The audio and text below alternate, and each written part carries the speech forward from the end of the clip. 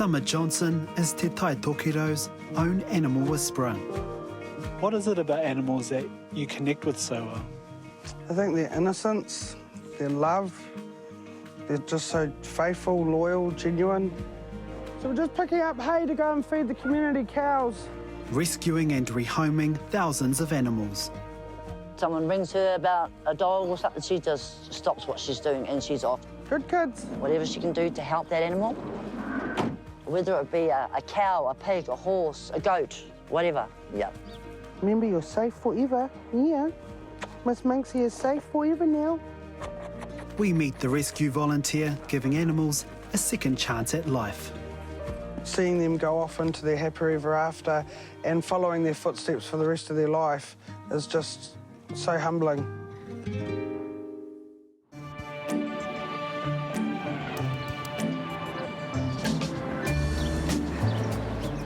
Summer Johnson spends most of her day behind the wheel, driving to create change in her community. And you can be sure she'll have her gang of kuri by her side. My whole whānau are all animal orientated. We all had whānau dogs, neighbourhood dogs.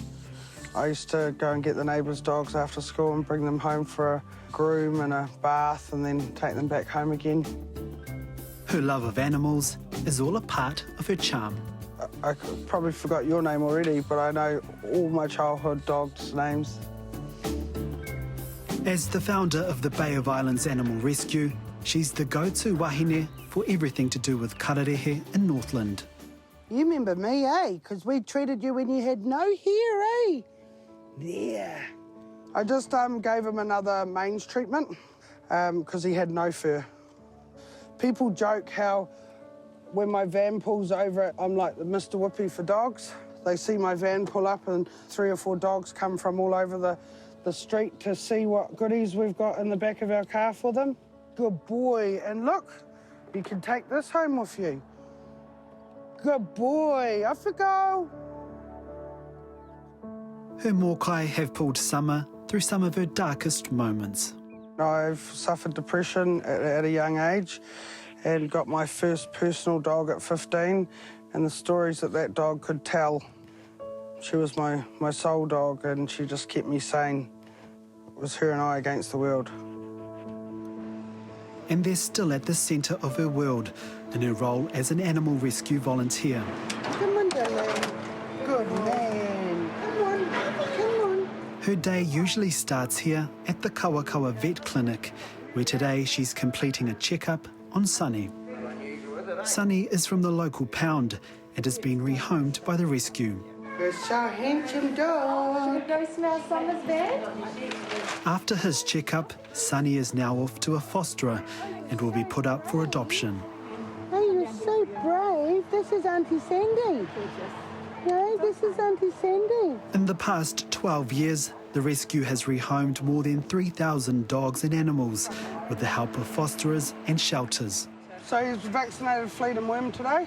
Awesome. So I'll just book him in for his desexing. The rescue receives no government funding and relies on donations to survive. I really enjoy working with our community. We've got such a humble, generous community, genuine people.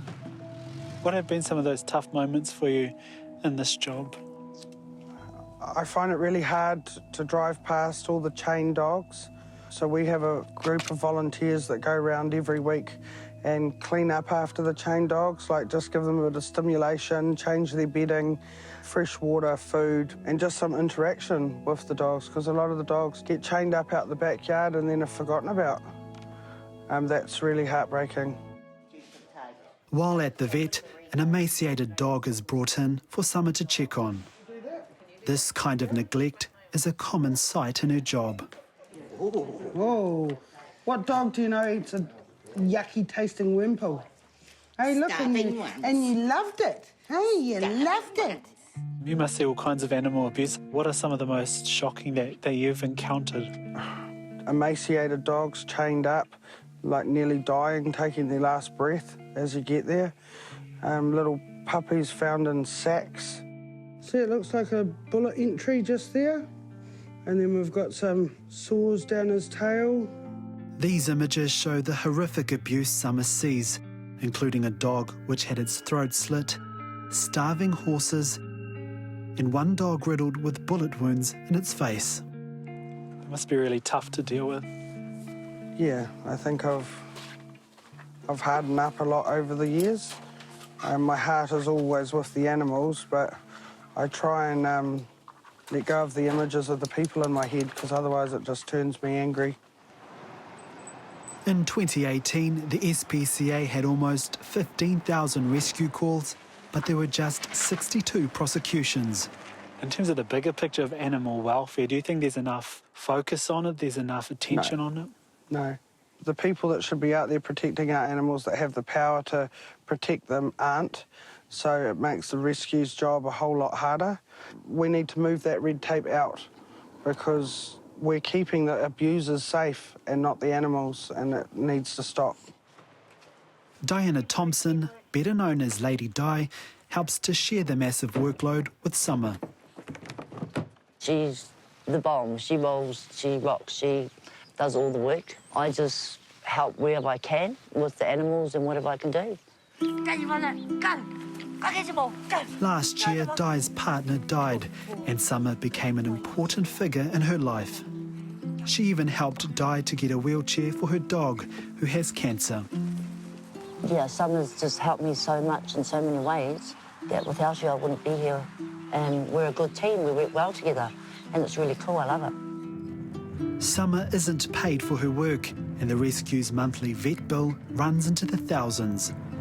We've got a constant desexing program going, whether we've got money or not. But despite the financial stress, she knows she's making a difference. Seeing the happier lives the animals lead, seeing how broken they are when they come, and they're so trusting, you know. A lot of them have gone through such horrific lives, yet they just trust that next person's going to do right by them, and I just love the innocence of them.